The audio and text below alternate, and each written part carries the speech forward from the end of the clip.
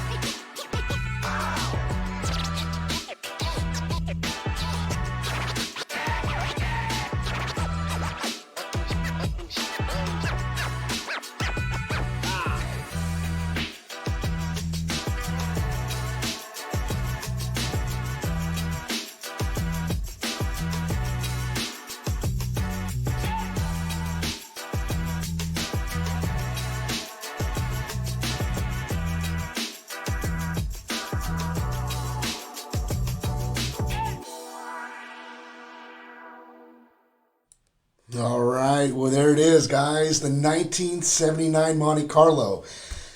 An epic car, right? And a lot of people are asking why the Monte. And before we get into it and before we perform this live unboxing with everyone, I got to ask, where did the idea come from, if you don't mind me asking? Is there Oh, a geez. place? It's been in development for a really long time. And I don't think many people really have an appreciation for how long a lot of these development projects go. Actually, we started working on this project about 6 months after we started working on the 64. So Wow. it's been a really long time, and there's been a lot of revisions. And in fact, when we saw what the response was to the 64, we decided, okay, we need to go back and revisit this and kind of step up our game on a couple things, because there was the body on the 64 was so well received. We felt like this body needed to also have not necessarily exactly the same level of fidelity, but it needed to have a lot of the same level of detail and just the same attention to the quality of the overall body, because that's what these are, right? These are all about the show. Mm-hmm. They're not necessarily about the go, they're about the show. Right. I think one of the coolest things for me was, I arrived literally, I think today marks, a few days after a year that I've been here with you guys. Yeah, that's true. Yeah. And I remember the first sit down that we had, one of the first days I was here was, check this out. And it was like, okay, I got it. I see where you guys are going with it. And it's a trip. Think about it, guys. This project, the Monte Carlo, something that's been in the works, just 6 months, you said, after the 64? About that time. Right. Yeah. So, it's something that's been worked on simultaneously. Was there any chance that the Monte would have hit before the 64 at that round? Yeah, actually, the original plan was for that. No way. Yeah. Oh, wow. We thought, hey, we'll come out with the car that's, the general lowrider that has the same wheelbase as a lot of the other bodies on the market, so that you can make whatever car you want. And then it turned out that we just decided it was important enough to go and revisit the body and put in the same level of effort that we had on the 64. So they got flip-flopped. And then COVID hit and changed everything, and we couldn't go to China to actually be there and do our, some of our testing in person. So we had to do a lot of back and forth with shipping stuff across the ocean, and everybody knows that's just been kind of a nightmare for the last year or so. So it got pushed back a bit, but I'm super excited that this thing is finally here and that we get to share it with you guys.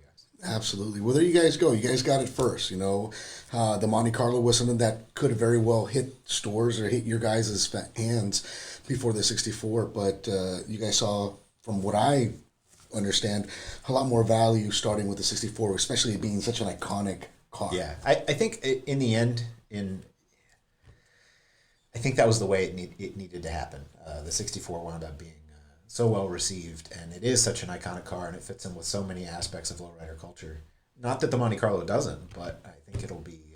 I think we couldn't have asked for it to have worked out better. I think one of the biggest attributes, and a lot of you guys are going to find once we talk a little bit more about the specs on the Monte, is the fact that we can use more bodies, right? More options. Yeah. You mentioned that, and that to me was huge when you sat me down and said, "Look, this is what we're working on right now. What are your thoughts?" And I'm like, dude, the fact that you can use multiple bodies, that's awesome. And we actually spent quite a bit of time trying to find bodies that would fit, in that realm, of what could potentially work. Right. And the answers that came from there were pretty cool. Yeah.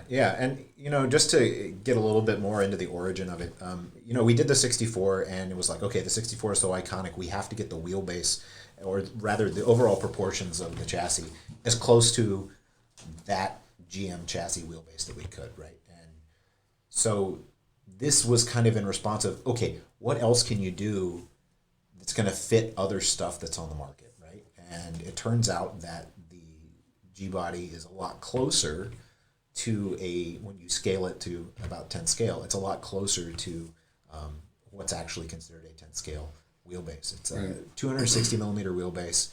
And if you look at the track width from the outside of the tire is 195 millimeters. So that'll fit just about every drift car body on the planet.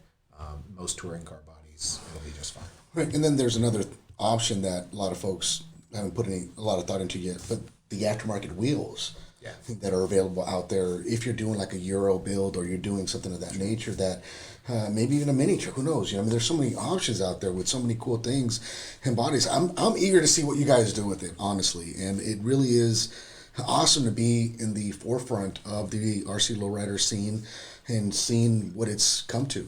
So from all of us, all of you guys, this is what we're putting all of our heart, sweat, and tears into. So for really quick, just a reference, I'm going to say what's up to a couple people that are watching. What's going on, Chris?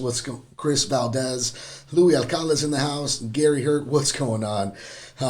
Jeffrey Benefeld, what's going on, brother? Clay Keats is in the house. Man, Mr. King of the Streets himself. I love it. Thank you for the support. Anthony Delgado, what's going on, brother, man? Hopefully you're taking care of yourself and having a good one. Louis, yes, training day. All day, every day, bro. You just watched it yesterday to get ready for this, didn't you? I did. I watched Training Day. I went home last night and I watched the whole movie, and I was like, all right, I'm ready. Let's do this. Does it come with 12 millimeter hexes? Yeah. Louis wants to know. Yes. They're the same hexes as the 64. In fact, the wheels are the same wheels as the 64, but it comes with the low profile tire stock. There you go. So the Monte has the exact same wheels as the 64 with the low profile tires. Mello, what's going on? How you doing, man? Rich Hurley, what's up? He wants a Gen 9. Is that ever going to be in the works, you think? Is that something that we could see in the future? I mean, we're still working on a lot of things, right? We're still working on crawlers. Like, we're not all in on the lowriders, although we are all in on the lowriders, but we're still working on crawlers too. So there's some new stuff coming out soon. Right. Alisaga Sutherland says, so the Monte is not a hopper. And that is correct. It is not a hopper. In essence, it's a dancer, right? Yeah. And a big part of that is the weight distribution, right? Because we wanted this car to be more flexible to go after different genres and different things that people might want to do with it. The weight distribution on this is a lot. It's a lot more front heavy, so it's almost 60-40. to the front. Whereas with like the 64, the center of gravity of the car is like just in front of the rear axle, which is what enables you to hop. Right. Especially to that point where you're like, Right. If you want it to go slow and like actually sit on the bumper, you can do that because the center of gravity is where it is. If it was further forward, yeah, you might get the wheels off the ground, but it's just going to come slamming right back down. Yeah, man, I appreciate that. Jesse Macias, what's up, brother? Chris Valdez, Redcat on top, man. That's love. Appreciate that, bro. Love the fire.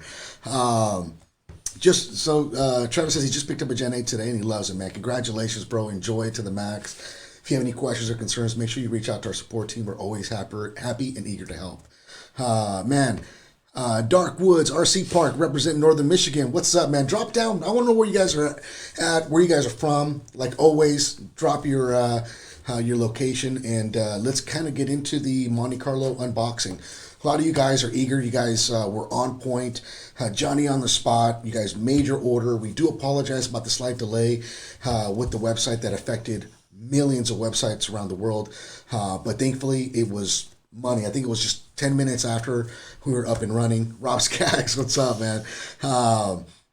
Dexter, Missouri, Toledo, Ohio. Man, look at, I'm loving it, guys. Long Beach, Cali in the house. Mile High, Denver, Colorado. Man, I love it, man. Clay Keats representing that Northern Cali life. I love it, man. To touch base on it, the Monte itself, you guys have ordered it. You guys are waiting for it, whether it's a green or a purple. I chose to unbox a purple one today, mainly because we have a green screen behind us. That you wouldn't see it. Yeah. You just see wheels floating. You guys would be like, so is that like a new translucent body or what, right?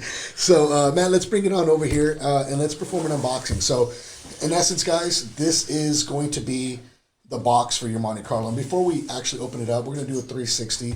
Let you guys kind of see what the box itself looks like. For a lot of you folks that purchased a 64, a lot of you love the way the vehicle came, and we kind of wanted to keep that tradition, in essence, kind of going. So, great livery work. If you chose a purple, obviously it's going to have the purple car all plastered all over it. It even has some highlighted purple, I want to call it pinstriping, right? Filigree. There you go. And all of that will kind of be highlighted in the box itself. So that is the top of the box. Oh, there's the bottom of the box too. Front has the nice big Monte Carlo logo. And then we got the bottom, which is upside down. There we go. That kind of just explains a lot more detail as to the car, its functionality, what it can do. And like always, we always like to put a little story, that reads based off of the Redcat and the Monte Carlo, how it came to be kind of in a way, and its iconicness to the lowrider scene. So all of that is obviously included on the actual, work itself. For a lot of you guys been asking, is this a GM product? Is this licensed? You'll be happy to know, yes. And there's the GM license logo on the box with the serial number and barcode. So best know, we always make sure that we do it right. So without further ado, if anyone has any weird questions, we'll get this bad boy opened up so that you guys can see what you guys are going to get, how to properly take your body off, how to put it back on. We'll kind of just touch base on all those things and its specs. So without further ado, Matt, do you want to do us the honor? So it's a different style box than what we usually do. It's the clamshell style like this. Right. So as it opens up, obviously before the 64 had a sleeve, this one does not have a sleeve. Sorry, there we go. I'm holding it. I'll just hold it. You open it. He's like Vanna White for me today. The mad scientist is in the house, guys. So as soon as you guys open up, you guys have a foam top. And this time, for the owner's manual, instead of sending it on top, the guys really put a lot of thought into it and added an extra piece of foam so that you guys still get your LR6 remote data link cable, your bind plug inside.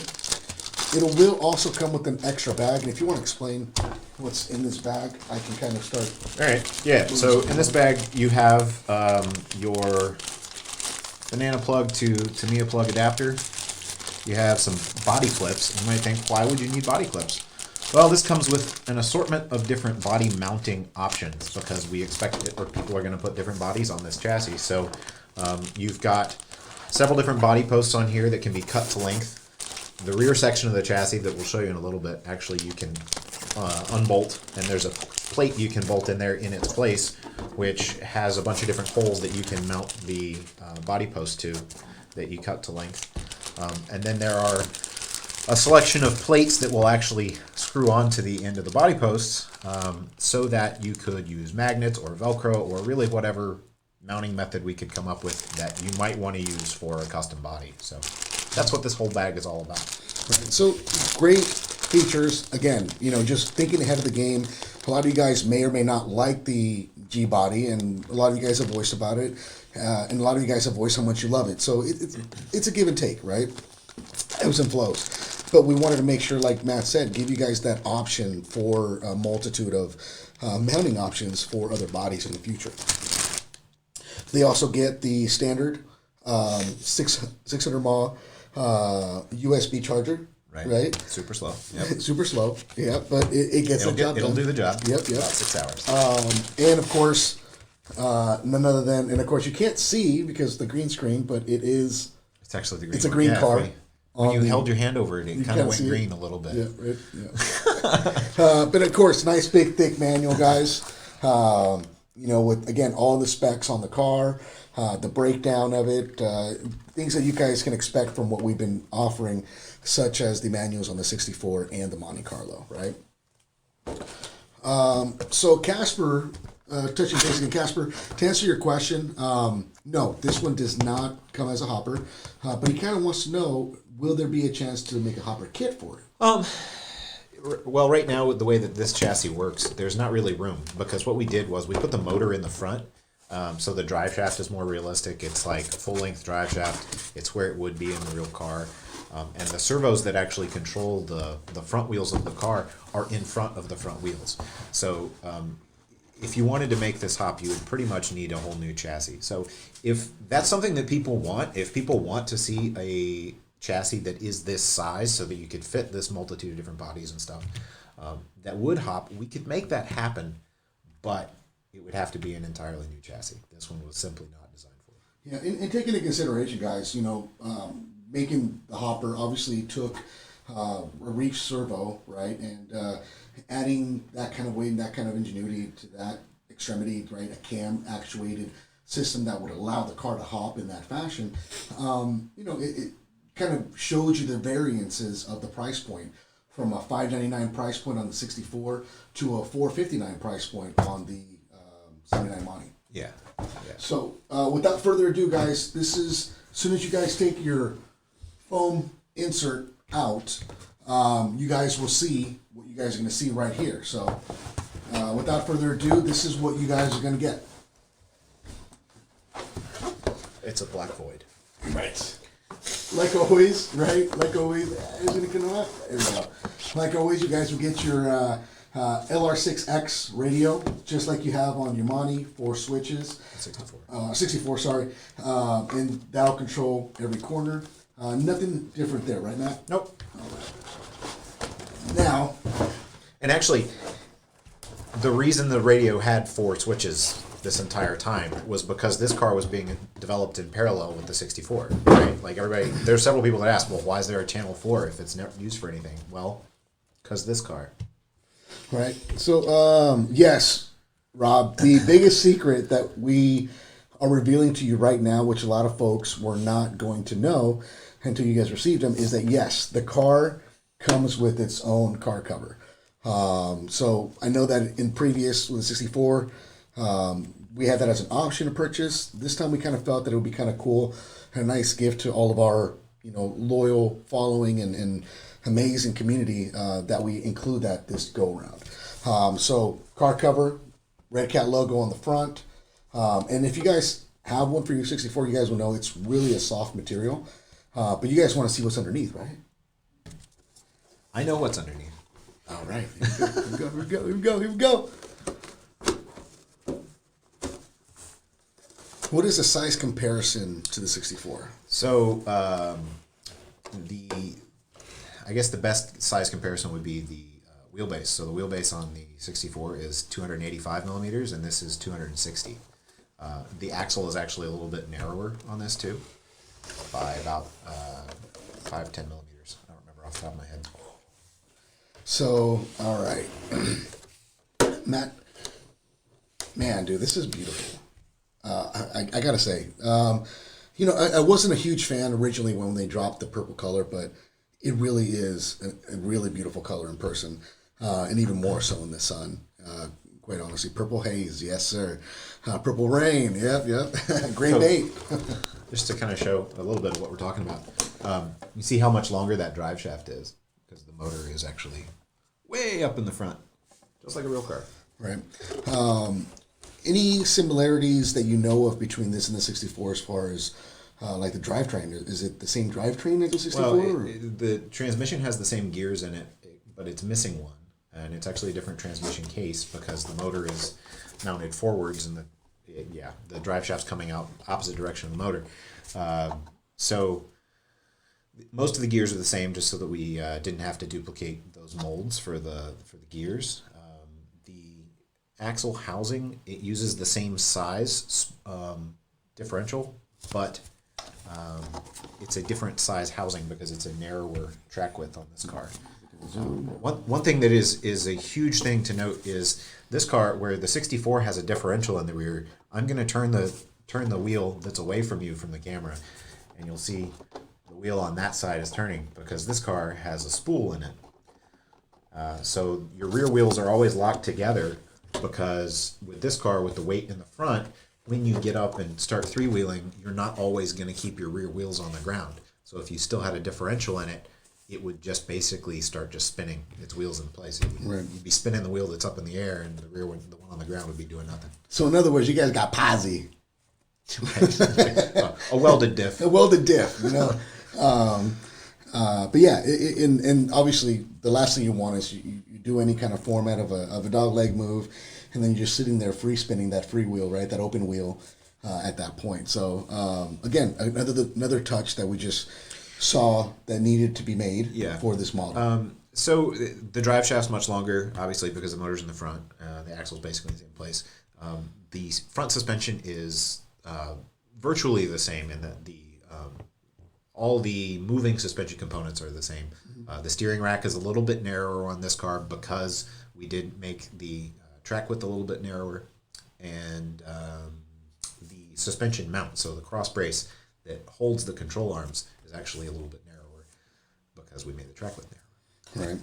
And, with that said, guys, again, always pay attention to the detail.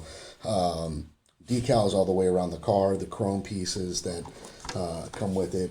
Obviously, it's hard to get a car identically alike when you're doing an RC car. But, all in all things said, I really feel that you and the team did a great job on executing this car, especially with how much passion went into it. I mean, look at these lines, man. I love those curves.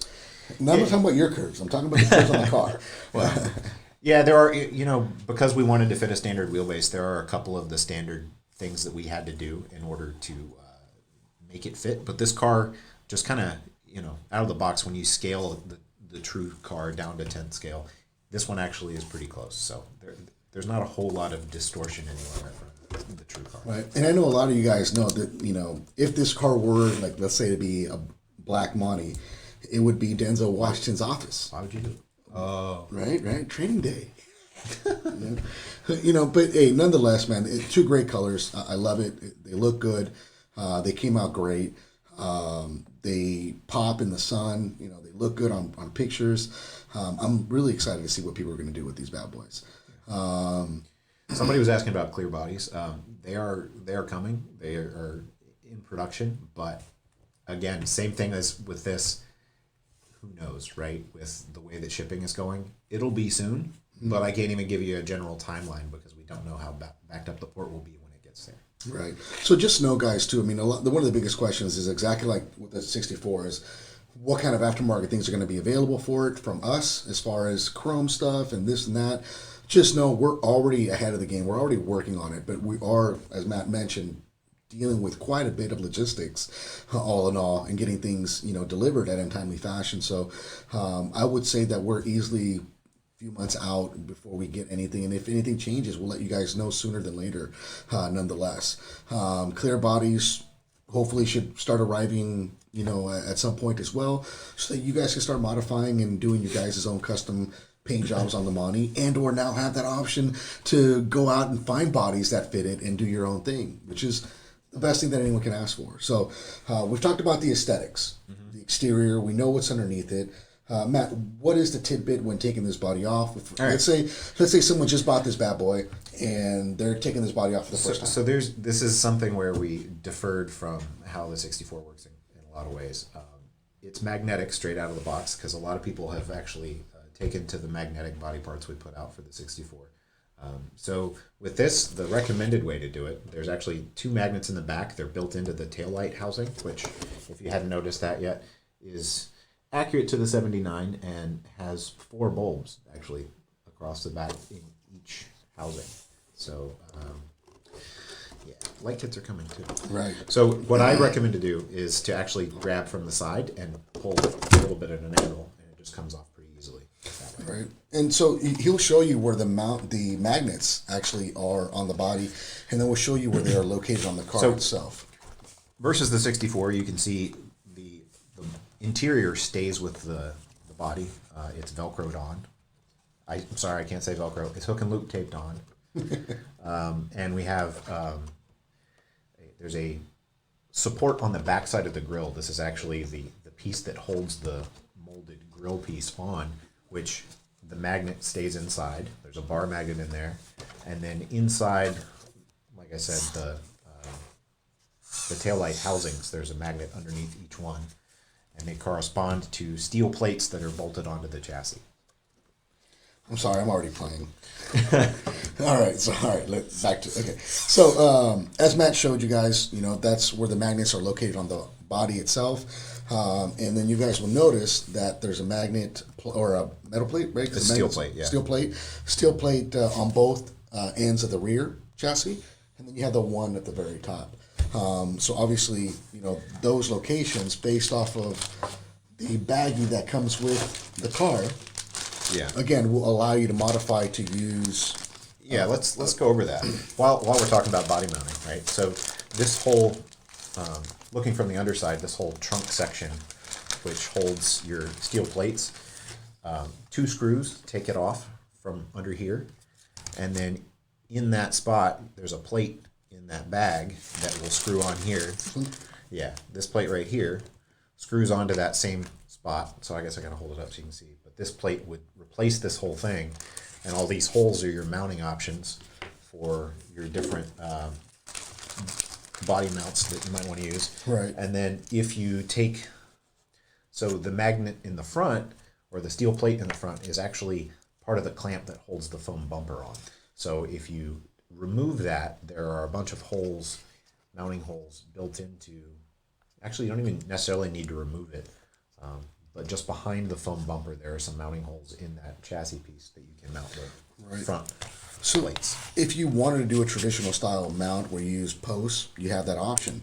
If you wanted to maintain the magnetic aspect of it, we also include a few of these kind of square magnet mounts and circular magnet mounts for a very popular size magnet. Right. The circular one is a very popular size magnet you can get just about anywhere.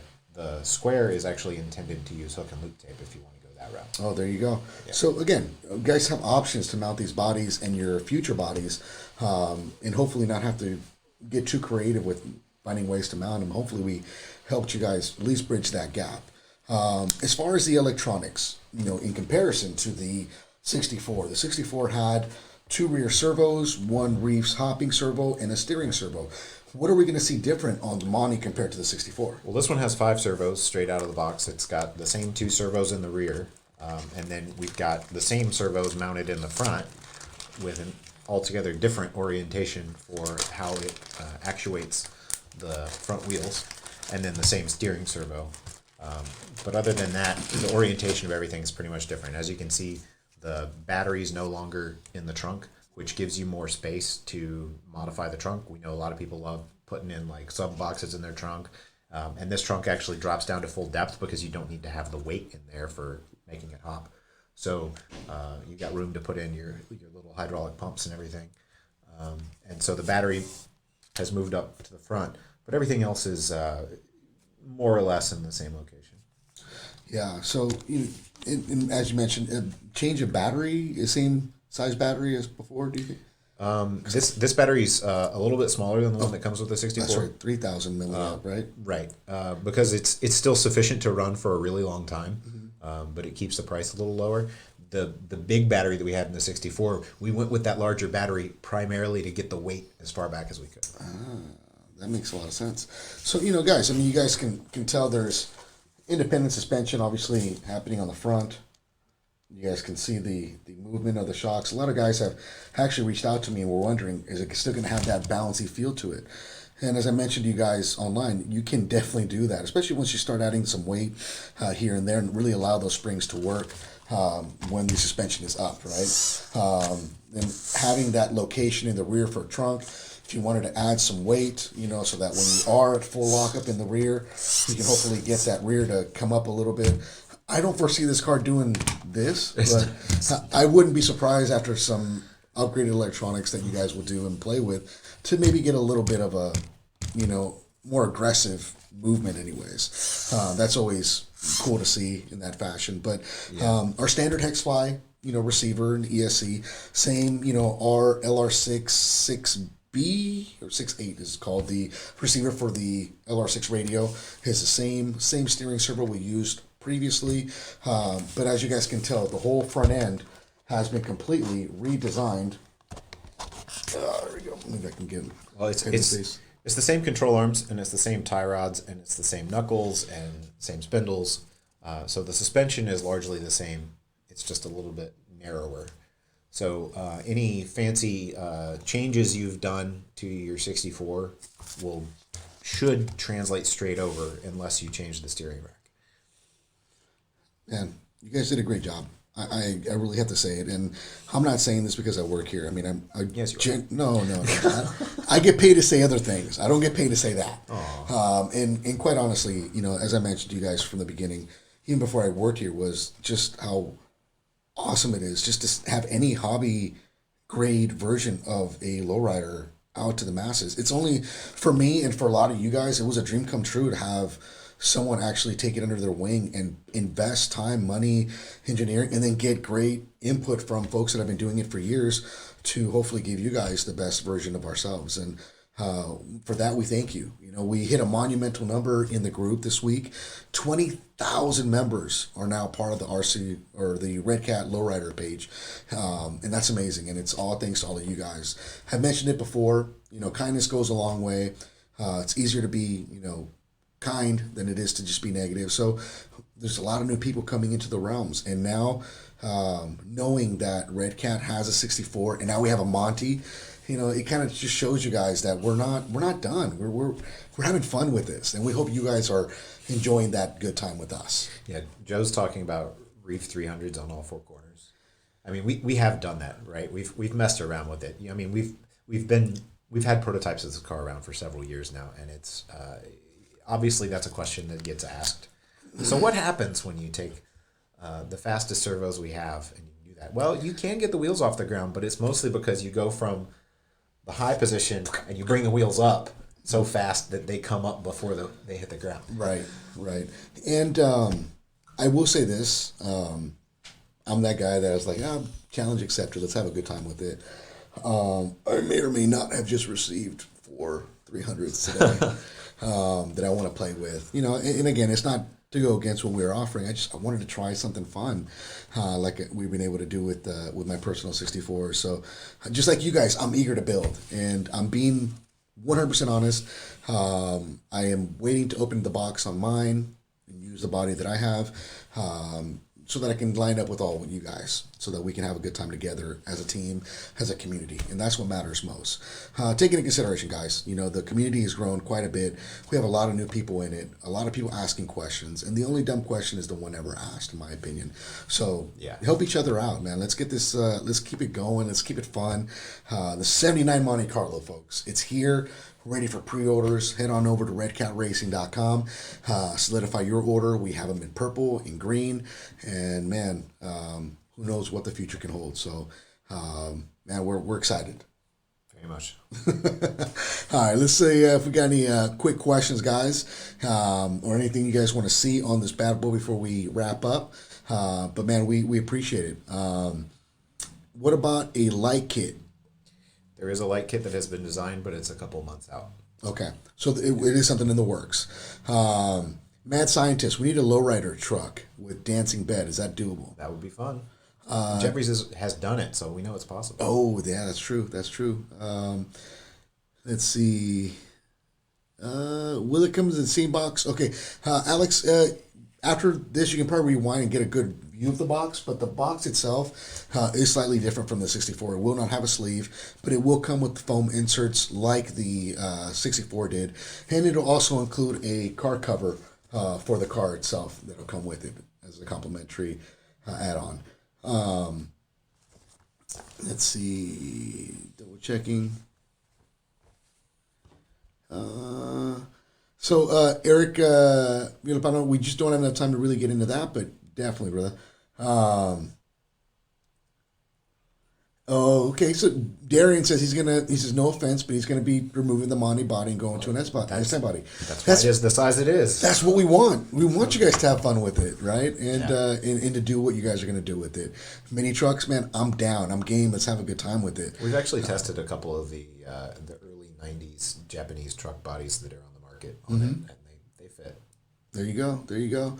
All right, guys. So, without further ado, guys, you guys saw the video that I posted earlier on of the vehicle in action, doing what it does. It kind of gives you a really great idea, just exactly what exactly it's doing while being used. So, with that said, I'm going to, as an outro.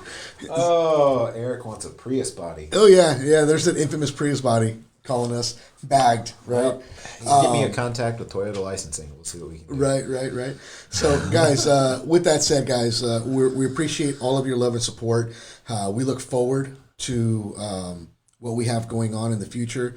A lot of great things are in the works, and a lot of, like I mentioned last year, things that came up and around all throughout the year.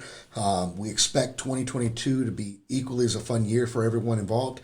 Redcat Racing, everyone here as a family, we appreciate all of your support throughout 2021, the growth of the 64, and we look forward to see what you guys do with this amazing new product. So with that said, man, we're going to do an outro, let you guys watch the video. You guys wanted to see what it does and how it behaves and how it acts. Well, watch this video because it shows you just about everything the car can do. From all of us here at Redcat, we appreciate you guys. Much love. Thank you, Matt, for joining us today. My pleasure, anytime. And here it is, guys. So without further ado, here's a 1979 Redcat Monte Carlo